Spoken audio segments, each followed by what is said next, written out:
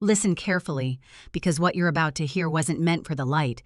It begins with a single sentence spoken over a Thanksgiving table, but its roots reach back into the oldest patterns of power humanity has ever known. Patterns carved into families long before governments learned to weaponize them. Patterns whispered by kings, priests, and councilmen who understood one truth: control doesn't start with nations, it starts with bloodlines. The room froze the moment my mother lifted her glass, her eyes gleaming with the kind of certainty people mistake for honesty. She said my sister would receive the entire insurance payout and that I didn't need it. The words dropped like a stone into the center of the table.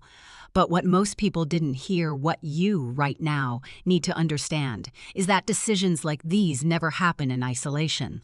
They're the final step in a ritual older than any holiday. A ritual of hidden hierarchies. Every family has them. Yours does too. The silent ranking, the child chosen, the child sacrificed, the one who is fed the story, and the one who is fed to the story. My mother thought she was making a simple declaration, but the truth, it was an initiation, a mask slipping. A brief accidental admission that I had never been a participant in her world, only an asset, a name she could sign, a signature she could forge, a shadow she assumed would never fight back. But here's the part no one at that table could see. While she made her announcement, she wasn't just handing my sister money. She was revealing the architecture of something much deeper, a structure of control that operates in every home, ruled by a single dominant will. Psychologists call it selective validation. Ancient historians called it lineage weighting. Empires used it to split brothers. Dynasties used it to secure loyalty. Today, families do it without even realizing they are reenacting rituals carved into human behavior thousands of years ago. And as her voice echoed across the table, I wasn't angry. I wasn't shocked. I was awake, because I had already seen the documents, the forged signature, the claim filed without consent, the old machinery turning behind her smile. And once you see the machinery, aunts, you see who benefits. You can never return to the innocence they prefer you live in. That night, she thought she was delivering a verdict. She had no idea she was exposing a system. You need to understand something before we go deeper. When a family member tries to rewrite destiny with a single sentence, it's never just about money, it's about control disguised as care, the oldest sleight of hand in human behavior. Long before nations engineered propaganda, households perfected it in kitchens and living rooms. Parents learned to mold reality with tone, timing, and selective truth. And my mother, she was a master artisan of that craft. She thought the Thanksgiving table would protect her, that the audience, the relatives, the noise, the ritual of shared meals would soften the blow or disguise the manipulation. But manipulation only works when the target still believes in the illusion, and I didn't. Not anymore, because months before that moment, something seemingly small happened, something she didn't know I'd noticed. A familiar logo, a familiar document format, a familiar shade of corporate blue used by one specific insurance company. When I was 19, she'd handed me forms to sign. She said they were for routine updates. But routine updates don't require beneficiary designations, and 19-year-olds don't usually know they're being positioned like chess pieces. The truth is, people like my mother rely on one ancient assumption: the loyal child won't question. The responsible child won't resist, and the quiet child won't attack. But quiet people aren't passive. Quiet people observe. Quiet people remember. Quiet people become historians of the lies spoken in their presence. And the more I studied those old forms over the years, the more I realized something chilling. She wasn't just manipulating us emotionally. She was shaping the legal structure of the aftermath she wanted. Like a medieval matriarch arranging inheritance behind locked wooden doors, like a Roman noblewoman positioning heirs to secure her influence in the Senate, like any powerful figure throughout history who understood one truth: paperwork is the real battlefield, not arguments, not tears, paper. Signatures, names placed where they don't belong. By the time Thanksgiving arrived, I already had confirmation. The company was reviewing the claims she'd submitted. Irregularities, they called them. A polite word for what ancient courts would call forgery. A subtle term for what modern psychologists call covert domination. So as she lifted her glass and declared my sister the sole inheritor, she wasn't announcing a decision. She was confessing, accidentally, publicly, what she'd been constructing behind closed doors for years. But here's where men like you need to pay attention. This wasn't just my story. It's a blueprint. A glimpse into the patterns of control that have threaded through families since civilization began. And if you're still here, still listening, then you know you are not just hearing a story. You're recognizing a pattern that has touched your life too, maybe more than once. The moment my mother's voice faltered even slightly, something ancient stirred beneath the surface of the room. Not anger, not guilt, something older, something every dynasty feared, every cult controlled, every empire tried to silence. The moment the observer becomes the awakened. You've felt it before, when you suddenly see through someone you trusted, when their mask slips just long enough for you to glimpse the architecture behind their behavior. Most people look away. They convince themselves it was nothing. They retreat into comfort, but not you, and not me. Not anymore. My mother kept glancing at my sister as if Emily were a fragile artifact she needed to protect. But protect her from what? The truth. Responsibility, reality, or the collapse of a narrative she'd spent years building.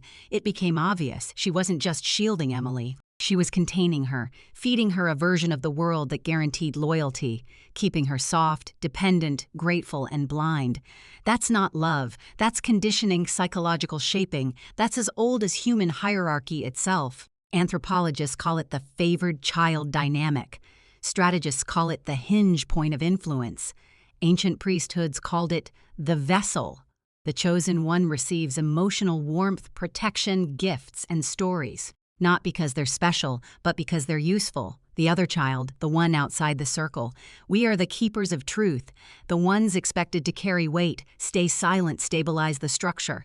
The ones control systems fear most because we notice the cracks. As Mom kept speaking, I watched the pattern unfold in real time. Her voice softened to maintain sympathy. Her hand gestures widened to assert authority. Her eyes flicked from person to person to gauge compliance. Her narrative framed Emily as the deserving and me as the secure, self-sustaining outlier who should accept being erased. This wasn't an announcement. This was a ritual, a public re-cementing of an old hierarchy she thought still held power. But rituals require belief to work, and belief dies the moment someone recognizes the design. As she talked, I remembered every subtle shift through the years, the way she shared information, the way she withheld it, the way she redirected conversations when accountability edged too close. These weren't accidents, they were tactics embedded deep in her instincts. Tactics passed down, learned, perfected, and suddenly I saw the full truth. She didn't fear losing control of the money, she feared losing control of the story. Because once the story breaks, the entire structure collapses with it. By the time the truth finally bled into the open, the room wasn't a dining room anymore. It felt older, like a tribunal chamber carved from stone, where every eye carried weight and every silence carried judgment. My mother didn't realize it yet, but she was standing in the center of something far larger than a family argument. She had stepped into a universal pattern, the same pattern ancient rulers feared, the same pattern secret councils tried to prevent, the moment when the controlled becomes conscious. When Emily stood up, shaking, confused, betrayed, the balance shifted. Not because she was strong, but because she had been blind, and blindness turning into sight is one of the rarest transformations humans ever make. For a brief second, she looked at me not as her older sister, not as the stable one, not as the quiet one, but as someone who understood something she didn't. Someone who had been watching a game she wasn't aware was being played, and my mother, sensing her influence fracturing, did what every authority figure does when their constructed reality begins to collapse. She attacked the question, not the truth. Stop being dramatic, she said. You're misunderstanding. These phrases have been used by emperors, priests, and tyrants throughout history. They're meant to dissolve doubt before doubt becomes rebellion. They're meant to shame the awakening before the awakening becomes irreversible.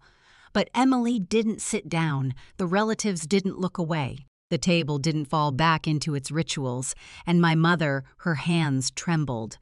Understand this, trembling hands are not a sign of guilt. They're a sign of exposed strategy.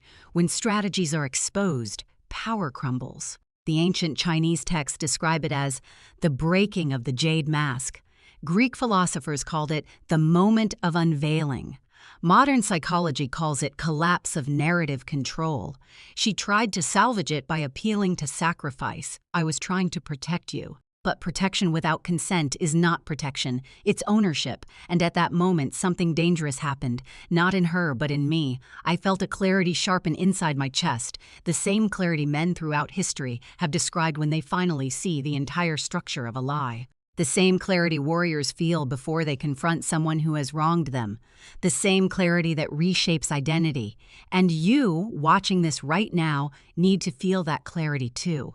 Because we're crossing the midpoint of this descent, and men who travel this far don't return unchanged. If you're still with me, comment this phrase twice to lock in the shift. I see the architecture. Now we enter the descent, the place where truth stops feeling like clarity and starts feeling like possession.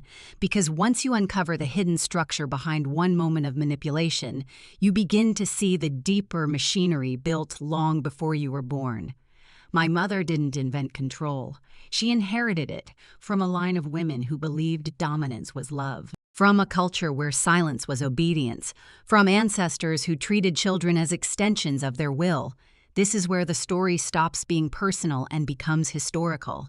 As Emily stared at me, tears forming but not falling, she whispered, "How long have you known?" And I told her the truth, long enough to understand the pattern. It wasn't about paperwork, it wasn't about a payout.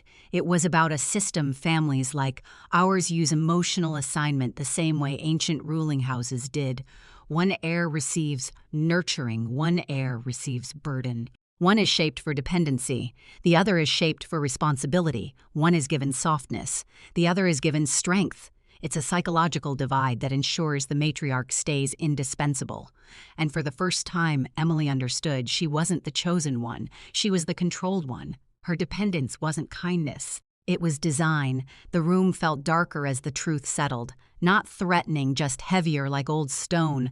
Then I said something that shifted everything. Emily, she didn't protect you, she positioned you.